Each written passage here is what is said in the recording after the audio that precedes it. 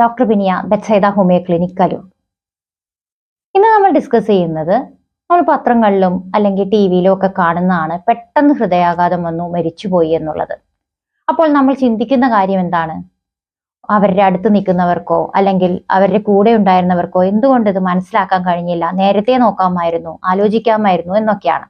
പക്ഷെ ഒരുപാട് കാര്യങ്ങൾ ആ പേഷ്യന്റിലാണെങ്കിലും ഒരുപാട് നമ്മുടെ ശരീരം ഒരുപാട് കാര്യങ്ങൾ സിഗ്നൽസ് നമുക്ക് തരാറുണ്ട്. പക്ഷെ നമ്മൾ അത് അറിയാറില്ല എന്നുള്ളതാണ്. ഒന്നില്ലെങ്കിൽ നമ്മുടെ ആ മരിച്ചുപോയ ആ വ്യക്തി മനസ്സിലാക്കിയില്ല, അല്ലെങ്കിൽ അവരുടെ കൂടെ ഉണ്ടായിരുന്നവർ മനസ്സിലാക്കിയില്ല എന്ന് വേണം കരുതാൻ.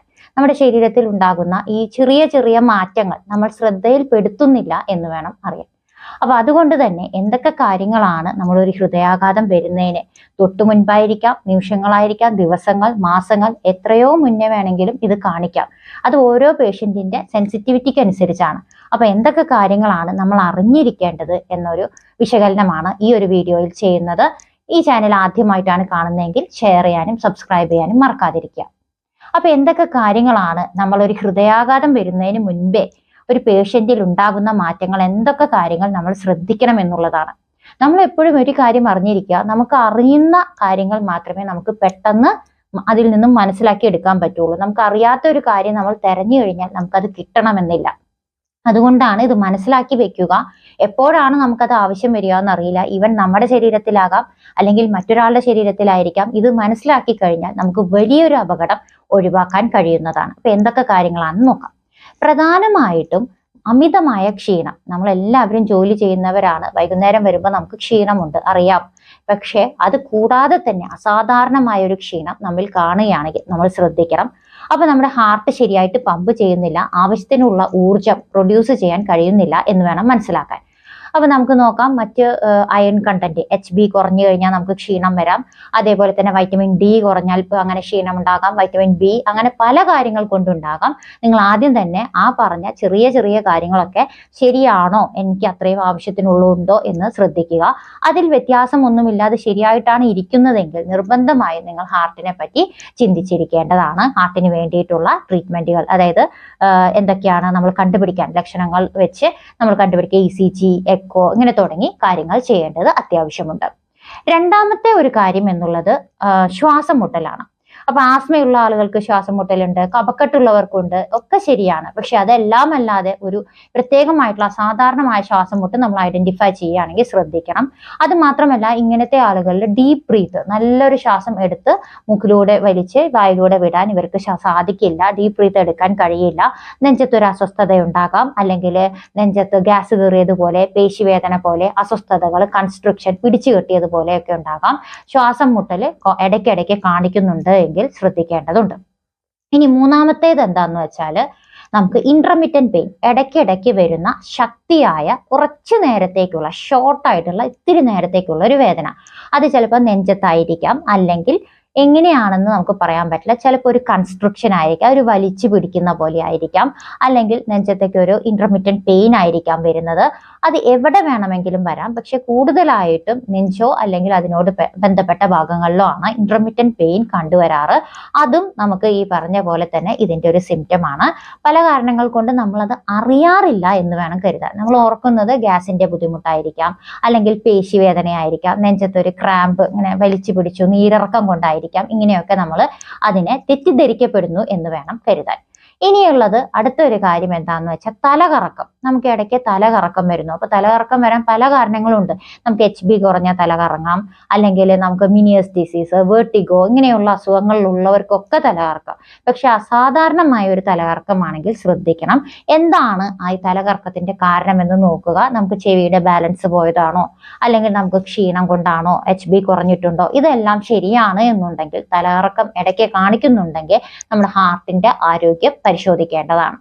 ഇനിയുള്ളത് നമുക്ക് തണുത്ത വിയർപ്പും അതേപോലെ ഛർദ്ദിക്കാൻ വരലും. തണുത്ത വിയർപ്പ് എന്ന് പ്രത്യേകം എടുത്തു പറയാനായിട്ട് എന്താ കാരണം എന്ന് വെച്ചാൽ, ഒരു 45 മുതൽ 55 വയസ്സ് വരെ ഉള്ളവർക്ക് മെനപ്പോസ് ആകുന്ന സമയത്ത് നമുക്ക് ഹോട്ട് ഫ്ലഷസ് ഉണ്ടാകാം, ഭയങ്കരമായിട്ടുള്ള ഒരു ചൂടുള്ള വിയർപ്പ്. അത് ഇതുമായിട്ട് കമ്പയർ ചെയ്യാൻ പറ്റില്ല. അത് ഭയങ്കരമായിട്ട് ഉഷ്ണത്തോടു കൂടി, ചൂടോടു കൂടിയാണ് ആ ഒരു വിയർപ്പ്.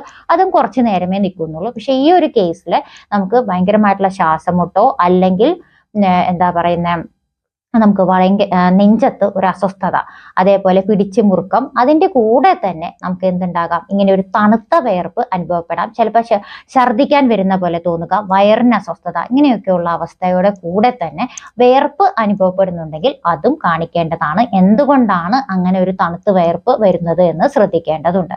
ഇങ്ങനെയൊക്കെയുള്ള കാര്യങ്ങളാണ്. ഇപ്പൊ നമുക്ക് ക്ഷീണമായിരിക്കാം, പിന്നെ ശ്വാസം മുട്ടലായിരിക്കാം, വേദനകൾ, പിന്നെ വേറെ പലതരത്തിലുള്ള വേദനകളുണ്ട്.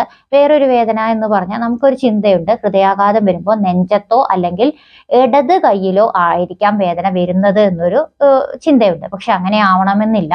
നെഞ്ചത്ത് വേദന ഇല്ലാതെ തന്നെ താടിയിലോ പുറത്തോ കഴുത്തിലോ അല്ലെങ്കിൽ നെഞ്ചിന്റെ അടിഭാഗത്തോ വയറിന്റെ മുകൾ ഭാഗത്തോ ഒക്കെ ആയിട്ട് നമുക്ക് വേദന വന്നാലും, നെഞ്ചത്ത് വേദന ഇല്ലെങ്കിൽ പോലും അത് വളരെ ശക്തമാണ് എന്നുണ്ടെങ്കിൽ, അതിന്റെ കൂടെ ശ്വാസം മുട്ടൽ പോലെയോ നെഞ്ചിന് ഒരു കൺസ്ട്രക്ഷനോ എന്തെങ്കിലും ഒരു ബുദ്ധിമുട്ട് ഒരുമിച്ച് അനുഭവപ്പെടുകയാണെങ്കിൽ നിർബന്ധമായിട്ടും നിങ്ങൾ ശ്രദ്ധിക്കണം. ഇനി ഇതിനെല്ലാം പുറമെ ഒരു കാര്യം എന്താണെന്ന് വെച്ചാൽ, നമുക്ക് ലൈഫ് സ്റ്റൈൽ ഡിസോർഡേഴ്സ് ആയ BP, അതായത് ബ്ലഡ് പ്രഷർ കൂടുക, ഷുഗർ, ഡയബറ്റീസ് അല്ലെങ്കിൽ കൊളസ്ട്രോൾ, ഇങ്ങനെയൊക്കെ ഉള്ള കാര്യങ്ങൾ ഇതിലോട്ടുള്ള ഒരു ചവിട്ടുപടിയാണ്. ഇങ്ങനെ ഒരു അവസ്ഥ നമുക്കുണ്ട്, ഓൾറെഡി നമുക്ക് ഡയബറ്റീസ് വന്നു, അല്ലെങ്കിൽ നമുക്ക് പ്രഷർ ഉണ്ട്, അല്ലെങ്കിൽ നമുക്ക് കൊളസ്ട്രോൾ ഉണ്ട്. ഇങ്ങനെ ഒരു അവസ്ഥയാണെങ്കിൽ നിർബന്ധമായും നിങ്ങൾ വർഷത്തിലൊരിക്കൽ നിങ്ങളുടെ ഹൃദയത്തിന്റെ ആരോഗ്യം ശ്രദ്ധിക്കേണ്ടതുണ്ട്.